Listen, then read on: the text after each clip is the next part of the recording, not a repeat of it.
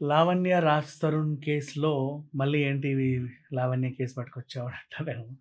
అసలు విషయానికెళ్తే లావణ్య రాజ్ తరుణ్‌ని కాంప్రమైజ్ కోసం అంటే సెటిల్‌మెంట్ కోసం ప్రయత్నిస్తుంది. వాడెవడి పేరేంటో ప్రవీణ్ అంట, ఇంకెవడెవడో.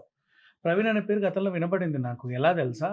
లావణ్య ఎవడో Praveen and Lalitha jewellery owner are some worker someone వాళ్ళకి డ్రగ్స్ సప్లై చేసేది అని ఒక వార్తొచ్చింది. ఓకే. సరే ఏదేమైనప్పటికీ వీడెవడినో పంపింది వీడు, ఇంకొకడు ఇద్దరు కలిసి ఎళ్లారనమాట ఆనందంగా. రాజ్ తరుణ్ దగ్గరికెళ్ళి సెటిల్‌మెంట్ అంట. ఏంటి సెటిల్‌మెంట్? ఆ కొంప ఇచ్చేసేయి. అలాగే నెల నెల ఇంత మెయింటెనెన్స్ ఇవ్వు. ఆ మెయింటెనెన్స్ ఇవ్వలేకపోతే ఓ పని చేయవు 5,00,00,000 ఇచ్చేసేయి. ఇల్లు ప్లస్ 5,00,00,000 ఇస్తే ఇంకెప్పుడు రాజ్ తరుణ్ జోలికి రాను అనేది ఈమె సెటిల్‌మెంట్. సిగ్గు, ఎగ్గు ఉన్న మనుషులెవడూ మాట్లాడినటువంటి తీరు, తెన్ను ఈవిడ ప్రదర్శించింది. ఇంకా చెప్పాలంటే ఎందుకివ్వాలి? చేయాల్సిన డ్యామేజ్ అంతా చేశావు. ఇక్కడి దాకా తీసుకొచ్చావు. చావనన్నా చేస్తాడు గానీ నీకు ఆ ఇల్లైతే ఇవ్వడు. రాసి పెట్టుకో. ఎందుకంటే ఈవెన్ ఇవ్వడానికి ఎవ్వరూ ఒప్పుకోరిక్కడ. అసలు నీకేం రైట్ ఉందని నువ్వు అడగడానికి? అని నువ్వు అంటావు మీరెవరండి ఒప్పుకోకపోవడానికి? ఎవ్వడు ఒప్పుకోడు. కోర్ట్‌లోనే కేసు నానుద్ది, నానుద్ది, నానుద్ది. ఉంటే ఉండు. ఎన్నాళ్ళు ఉంటావు ఆ కొంపలో దయ్యంలాగా ఉండు. రూపాయి రాదు. అండ్ ఆ ఇంటికి మెయింటెనెన్స్ కట్టుకోవాలి. Gated community with swimming pool society కాబట్టి ఓ 10,000 మెయింటెనెన్స్ కట్టుకు చావాలి. నెలకు కరెంటు బిల్లు కట్టాలి. కుక్కలన్నిటిని మేపాలి. ఎంత కాదన్నా నెలకు నీకు ఒక ₹1,00,000 ఖచ్చితంగా కావాలి. ఔట్ అండ్ నిన్ను నువ్వు కూడా పోషించుకోవాలంటే మినిమమ్. నీకంటూ ఎక్కడి నుంచి రాదు. రాజ్ తరుణ్ కూడా ఇవ్వడు. 100% అది. ఇవ్వాల్సిన అవసరం కూడా లేదు. అండ్ నెక్స్ట్ ఇప్పుడేంటి మహిళా కమిషన్‌లో ఆహ్, ప్రీతిని తీసుకెళ్ళి కరాటే కళ్యాణి కేసు పెట్టింది. అదొక వైపు నుంచి. విజ్ఞాన్ దాస్‌ని బెదిరిస్తే వాడు లొంగల. ఇదొక వైపు నుంచి.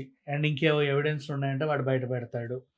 ఆల్మోస్ట్ అన్ని ఛానెల్స్‌లో రికార్డే ఉన్నాయి. ఎందుకు పెట్టట్లేదు అంటే రాజ్ తరుణ్ పాపం బయటకొచ్చిన తర్వాత అతనికి సపోర్టివ్‌గా ఉంటాయని అప్పుడు విడుదల చేద్దాం అనుకోని అలా అట్టి పెట్టామంతే. ఈయనేమో రావట్లా. ఈయన రాకపోయినా సర్లే కొన్ని రోజులు చూసి, చూసి మేమే పెట్టేత్తాం. అది అని ఎందుకులే అనుకున్నాం మేము గూడా అవసరమే ఉంది.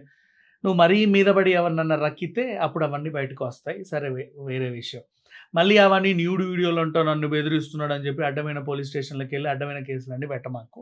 ఎందుకంటే ధైర్యంగానే ఛానల్‌లోనే చెప్తున్నాము. ఎవిడెన్సెస్ అనేవి వేరు. న్యూడ్ వీడియోలు అనేవి వేరు. ఎవరు కూడా నిన్ను న్యూడ్ వీడియోలతో బెదిరించలేదు. జాగ్రత్త. కొంచెం మడత పెట్టుకొని పెట్టేసుకోండి. అండ్ ఆ తర్వాత ఇంక అసలు విషయంలోకెళ్తే ఇంకో వైపు నుంచి రాజ్ తరుణ్‌ని 3 నెలలుగా వాడు ఎట్లాగో మాట్లాడడులే.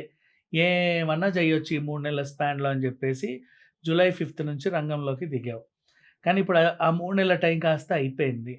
ఆయన కమిట్ అయిన సినిమాలన్నిటికి అతని బాధ్యతను నెరవేర్చాడు. ఇప్పుడు ఖాళీగానే ఉన్నాడు ఖచ్చితంగా బయటికొస్తే. అంతే.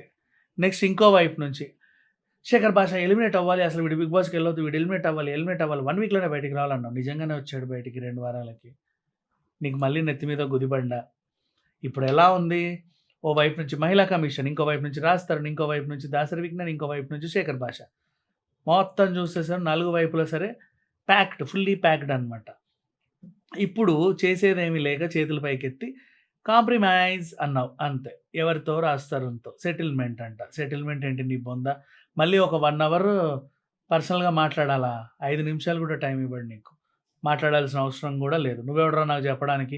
నా రాజ్ తరుణ్ నువ్వెన్ననుకున్నా సరే మేమే మాట్లాడతాం. ఎందుకంటే నీ గురించి మాట్లాడడానికి ప్రత్యేకించి ఎవడు పర్మిషన్‌లు, గిర్మిషన్‌లు తీసుకోవాల్సిన అవసరంలా. నీ గురించి ఎవడైనా మాట్లాడొచ్చు, ఏదైనా మాట్లాడొచ్చు, ఎలాగైనా మాట్లాడొచ్చు. అదంతే.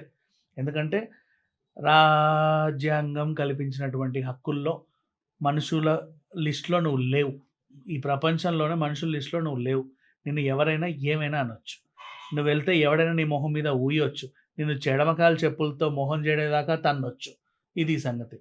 ఇక అసలు విషయంలోకెళ్తే సరే ఎన్ని జేశాడు ఇంకా ఇంకా డబ్బులు కావాలి, డబ్బులు కావాలి, డబ్బులు కావాలి, డబ్బులు కావాలి. ఇంట్లోనేమో అది జేస్తా, ఇది జేస్తా అనుకున్నావు. ఏమీ ఎలగబెట్టలా. డీజే చేద్దాం అనుకున్నావు గోవాలో.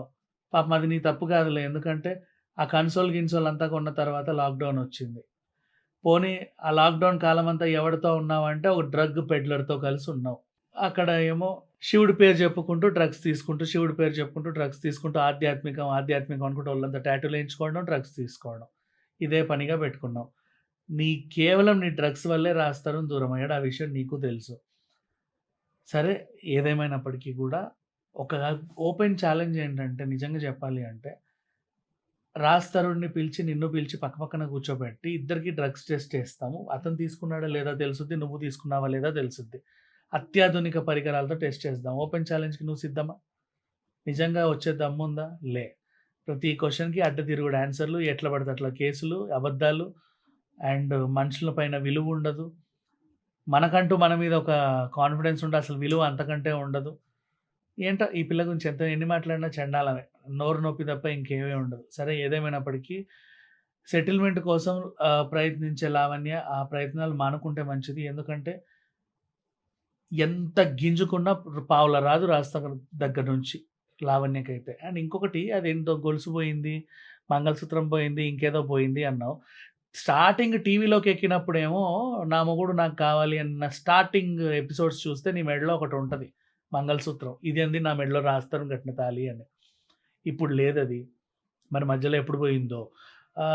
తర్వాతనేమో ఆ చింటూతో ఫోన్ మాట్లాడినప్పుడు నీకు బంగారం లేదని చెప్పావు. ఆ ఫుటేజ్ కూడా బయటుంది. ఛీ! ఎవరు నమ్ముతారు ఇలాంటి మనుషుల్ని. మాట్లాడుకోవడానికే అసహ్యంగా ఉంది. Anyway thank you so much.